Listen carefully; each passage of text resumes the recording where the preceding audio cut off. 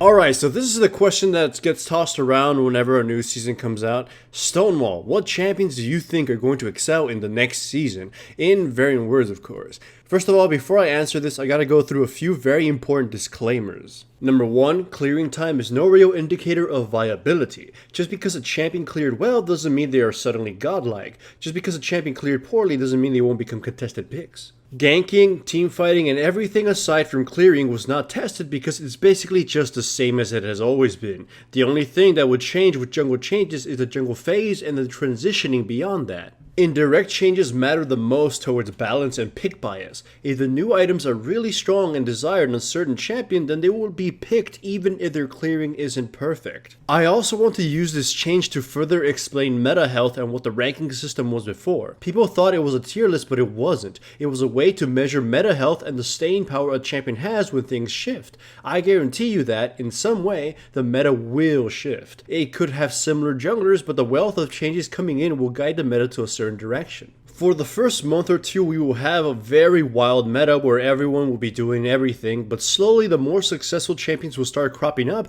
and then the more successful compositions will begin to form. Once the meta is settled, you'll start seeing certain champions shoved out or brought back from obscurity. As explained in the other video, rank B junglers are going to be the ones most affected by this. Those in that pool of champions have a good chance of becoming the next top dogs in the next few months if the meta shifts into something that highly favors them. Rank A champions will likely be the first ones in the radar and maybe the first ones people experiment with, since they're already strong and easiest to verify their strengths in a new meta, and the S rank junglers are likely to stay relevant in some way. Here is another kicker. Meta health usually does not change unless the champion receives considerable changes. This also applies to indirect changes such as map changes, item changes, and so on. S rank junglers do have a chance of falling out of S rank if the game becomes less glorious for them with all these changes, and the others can ascend and descend as well. As for the C rank, be prepared to see a lot of them. The C rank junglers are usually those who are rarely meta, so they're rarely seen in competitive. This does not mean there can't be strong picks in solo queue or that they can't carry. It's that they simply don't have favorable environments. That said, the times that they do become favored isn't when they are somehow super useful, but because they become super overbearing. All of a sudden, this champion is overpowered and they just start slaughtering everybody. The ranking system was important to bring up because it leads into me talking about the jungler everyone is all hyped about. Not Graves, but Tryndamere. That clear video of his was ridiculous. His clear, his speed, his health were top notch. Having low health is one of the things that kept him in check and made sure he didn't rampage from the jungle. I'll just straight out say that Tryndamere is likely the most powerful example of a farming jungler, and I say this even before Season 6 even arrived. He farmed and just farmed, and he was very efficient at it past the first clear. The problem with Tryndamere is that he purely is the incarnation of damage. He is not very efficient in combat. He simply cleaves people in half in record time. You have other farm junglers who combat using slick moves and immunities, but Tryndamere, aside from his slow, is kind of just hitting you really hard. When he hits you, it's like getting hit by a truck. When Tryndamere hits you, it's like being hit by a train that is transporting various trucks. This is why even though Tryndamere's farming improved a lot, it doesn't really fix his team fighting. His transition will be really fucking good though, so it will help him leave the jungle phase better, but the point still stands. He's a C rank for a reason.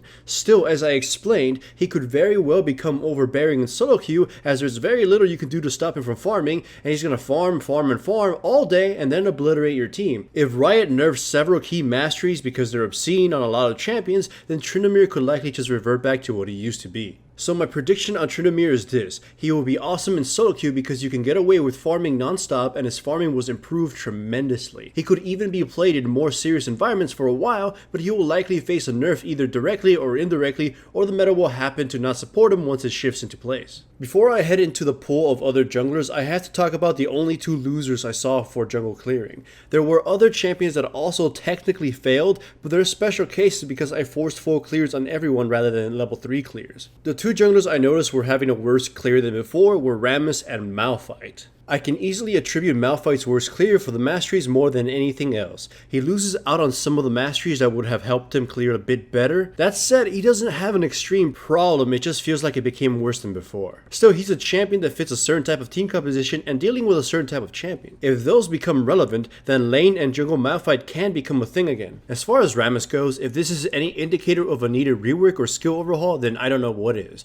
He simply does not improve with every jungle season and just becomes this pick people will use in solo queue to dominate unsuspecting people. His clearing weakness is that his clearing speed is tied to his W, which is essentially a channel. It only gives you clearing power when you're getting hit, which depends solely on the discretion of monsters. It's just really sad to watch. Anyhow, as for the larger pool of junglers, the biggest factor that will influence them is the flow of the game.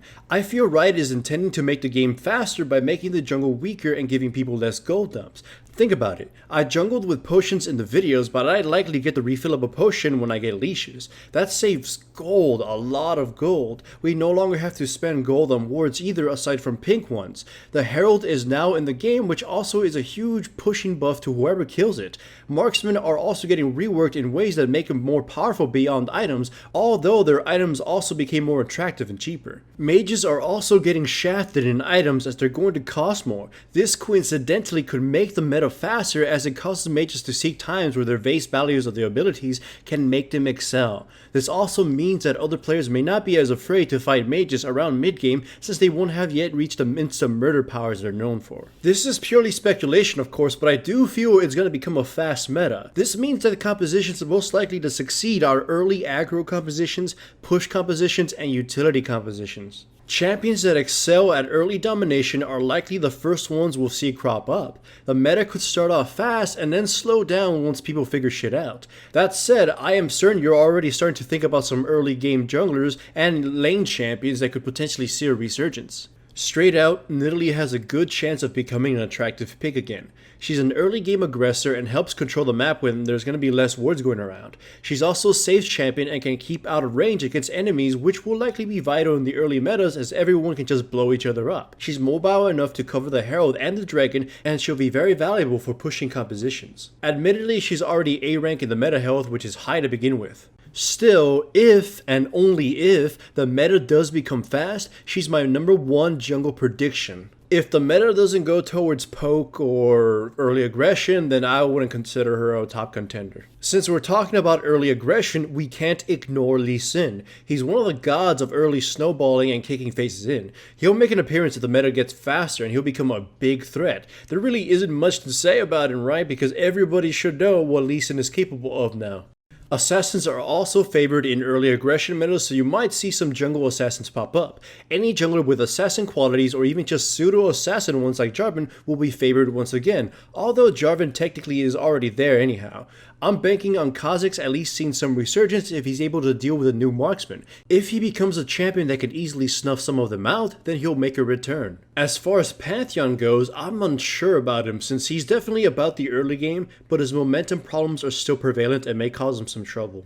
Nunu may also see a resurgence if the meta speeds up. Control becomes very valuable during fast metas as Control can deter ganks and thus weaken early aggression teams. He would also be powerful enough to contest key objectives like the Dragon and the Herald, and his Blood Vial is an artificial gold boost to his teammates, which becomes even more valuable because marksmen are going to be very different now. As a point of reference, buffs and debuffs become more valuable during fast metas as they are the only way of bestowing or robbing gold from champions who right now don't have that much.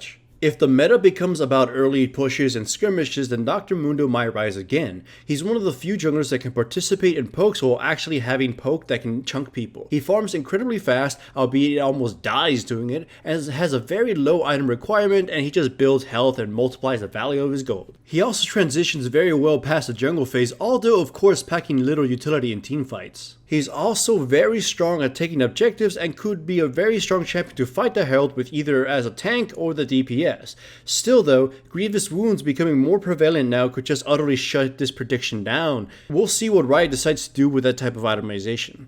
Maokai could come in top lane or in jungle, but he might see a return as well. The artificial gold value of his ultimate is ridiculous. It makes him sturdy early, and it destroys a lot of the damage potential from enemy mages early on. Considering mages aren't going to be as strong as before, this could become even more valuable. Admittedly, him as a jungler can restrict objective control, so he may be relegated to top lane if anything. He's one of my more bottom pole predictions. Vi is far stronger in the early game than she is late, unless she's snowballing. Knowing this, she has the potential to be a key jungler for team compositions relying on early fights. I predict her seeing some play, although only specifically for aggro engage compositions, looking to stump any poking and clumsy shenanigans teams might be trying to pull off. She's good at catching that one champion and blowing them up, or at least setting her team to blow up that one champion she managed to grab. One of the dark horse predictions is Trundle. This is only if specific meta shifts occur, in that it would shift into a pushing meta with a control aspect. Trundle is strong at taking objectives and he's strong in pushing compositions. While he himself does not assist in the actual pushing, his wall can disrupt enemy attempts at aggroing and making his team's poking much more deadly. If the meta shifts into having just one tank, then Trundle is a surefire champion to tear through those compositions. As far as the other S-rank junglers go, Elise, Gragas, and Rek'Sai will likely still be strong. Rek'Sai is powerful in early metas, and her tunnels can help her at least secure objectives or protect them.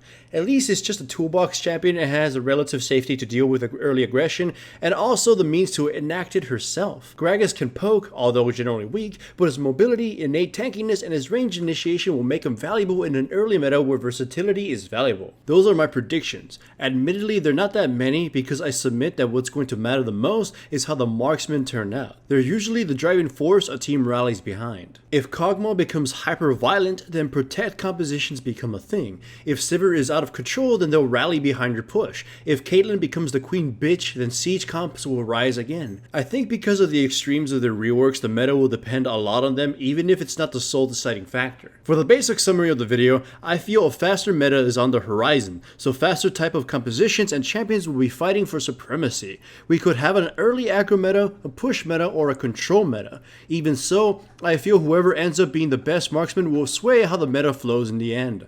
This channel is supported by my sponsors, Crunchyroll, Pro Build Systems, and Loot Crate. Check out the description below for links to the websites. Signing up for any trials, including Crunchyroll's free anime trial, greatly supports my channel. Also remember to give the video a like to support the channel and subscribe if you haven't yet.